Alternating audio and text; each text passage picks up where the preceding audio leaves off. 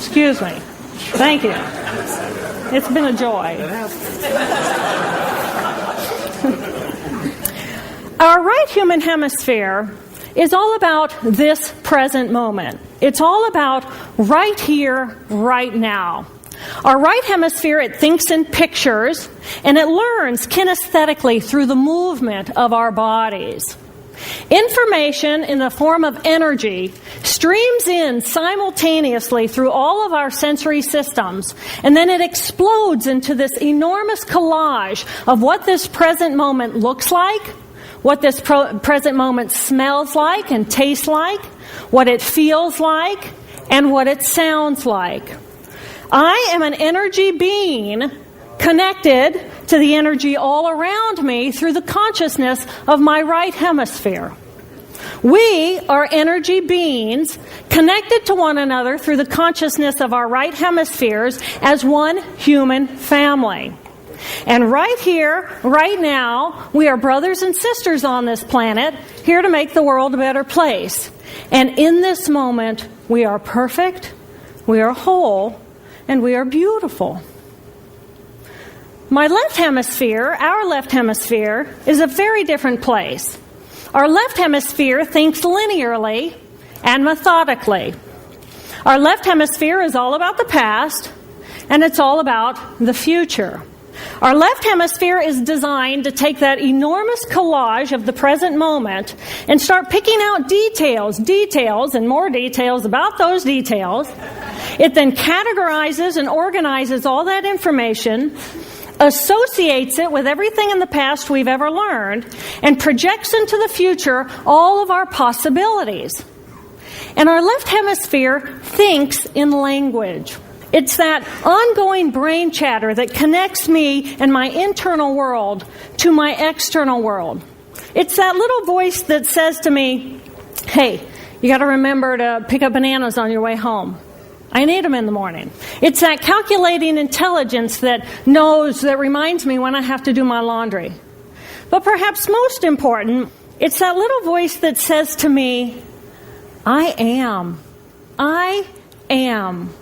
And as soon as my left hemisphere says to me, I am, I become separate. I become a single, solid individual, separate from the energy flow around me and separate from you. And this is the portion of my brain that I lost on the morning of my stroke.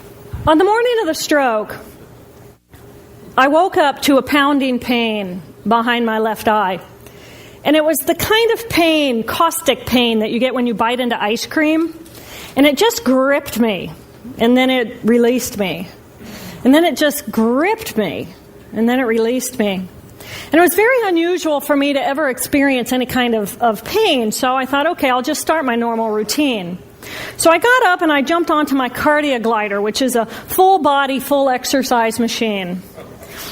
And I'm jamming away on this thing, and I'm realizing that my hands look like primitive claws grasping onto the bar. And I thought, that's very peculiar. And I looked down at my body, and I thought, whoa, I am a weird-looking thing. And it was as though my consciousness had shifted away from my normal perception of reality, where I'm the person on the machine having the experience, to some esoteric space where I'm witnessing myself having this experience. And it was all very peculiar, and my headache was just getting worse. So I get off the machine, and I'm walking across my living room floor, and I realize that everything inside of my body has slowed way down. And every step is very rigid and very deliberate. There's no fluidity to my pace, and there's this constriction in my area of perception, so I'm just focused on internal systems. And I'm standing in my bathroom getting ready to step into the shower, and I could actually hear the dialogue inside of my body. I heard a little voice saying, okay, you muscles, you got to contract, and you muscles, you relax. And then I lost my balance, and I'm propped up against the wall. And I looked down at my arm, and I realized that I can no longer define the boundaries of my body. I can't define where I begin and where I end, because the atoms and the molecules of my arm blended with the atoms and molecules of the wall. And all I could detect was this energy. And I'm asking myself, what is wrong with me? What is going on? And in that moment, my brain chatter, my left hemisphere brain chatter, went totally silent. Just like someone took a remote control and pushed the mute button. Total silence.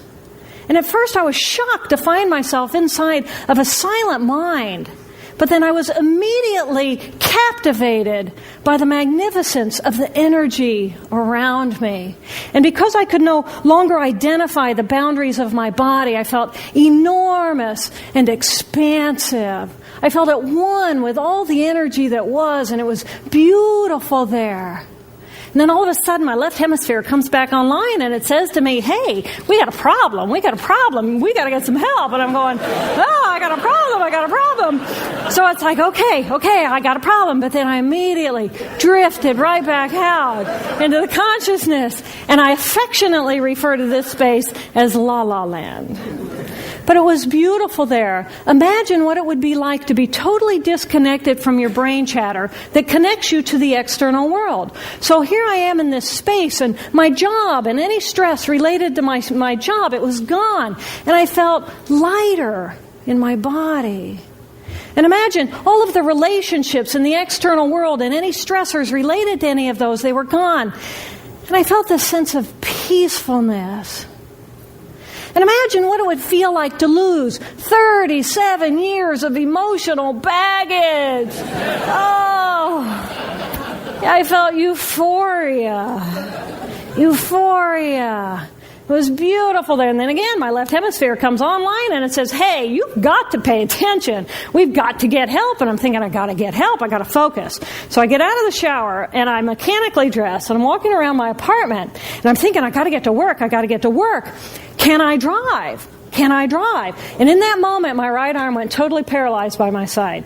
Then I realized, oh my gosh, I'm having a stroke. And then the next thing my brain says to me is, wow, this is so cool. How many brain scientists have the opportunity to study their own brain from the inside out? And then it crosses my mind, but I'm a very busy woman. I don't have time for a stroke.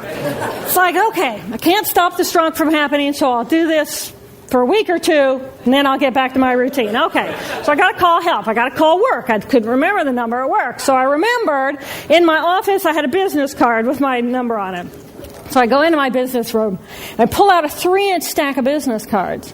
And I'm looking at the card on top. And even though I could see clearly in my mind's eye what my business card looked like, I couldn't tell if this was my card or not, because all I could see were pixels. And the pixels of the words blended with the pixels of the background and the pixels of the symbols, and I just couldn't tell. And then I would wait for what I call a wave of clarity. And in that moment, I would be able to reattach to normal reality. And I could tell, that's not the card, that's not the card, that's not the card. It took me 45 minutes to get 1 inch down inside of that stack of cards. In the meantime, for 45 minutes, the hemorrhage is getting bigger in my left hemisphere. I do not understand numbers. I do not understand a telephone, but it's the only plan I have. So I take the phone pad and I put it right here. I take the business card, I put it right here, and I'm matching the shape of the squiggles on the card to the shape of the squiggles on the phone pad. But then I would drift back out into La La Land and not remember if when I come back if I'd already dialed those numbers. So I had to wield my paralyzed arm like a stump and cover the numbers as I went along and push them so that as I would come back to normal reality, I'd be able to tell, yes, I've already dialed that number. Eventually, the whole number gets dialed, and I'm listening to the phone, and my colleague picks up the phone, and he says to me, and